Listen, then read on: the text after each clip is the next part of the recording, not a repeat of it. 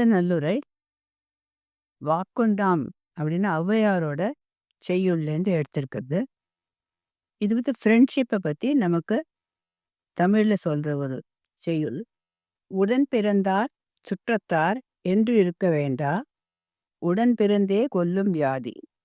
உடன் பிறவா மாமலையில் உள்ள மருந்தே பிணி தீர்க்கும் அம்மருந்து போல்வாரும் உண்டு. அப்படின்னு என்ன அர்த்தம்?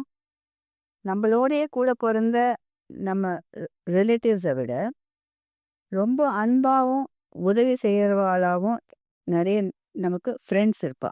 ஐ மீன் குட் ஃப்ரெண்ட்ஸ். அந்த மாதிரி குட் ஃப்ரெண்ட்ஸால் நமக்கு எப்போவுமே பாசிட்டிவ் ஃபீலிங்ஸ் தான் அவள் நமக்கு கொடுப்பா. நமக்கும் அவகிட்ட பாசிட்டிவ் ஃபீலிங்ஸ் தான் இருக்கும். A friend in need is a friend in deed அப்படின்னு இங்கிலீஷில் கூட சொல்கிறோம். இப்போ இந்த செய்யுள் என்ன அர்த்தம்னா, அது உடன் பிறந்தார் சுற்றத்தார்னு இருக்காத, உடன் பிறந்தே கொல்லும் வியாதி. நமக்கு வர வியாதி கூட நம்ம உடம்புக்குள்ளேருந்து தான் ஆரம்பிக்கிறது. அது மாதிரி நம்ம கூட பிறந்தவாளால் நமக்கு நிறைய negative vibes and negative effects வர்றதுக்கு சான்ஸ் இருக்குது. அது எப்படின்னா, மாமலையில் உள்ள மருந்தே பிணி தீர்க்கும். அதுக்கு மருந்து எங்கேருந்து கிடைக்கிறது? நமக்கு மவுண்டன் மேலே இருக்கிற அந்த ஹெர்ப்ஸ்கிட்டேருந்து நமக்கு மருந்து கிடைக்கும். அந்த மவுண்டனுக்கும் நமக்கு சம்மந்தம் இல்லாட்டா கூட அது நமக்கு குட் வைப்ஸ் கொடுக்கறது, குட் மெடிசின்ஸ் கொடுக்கும்.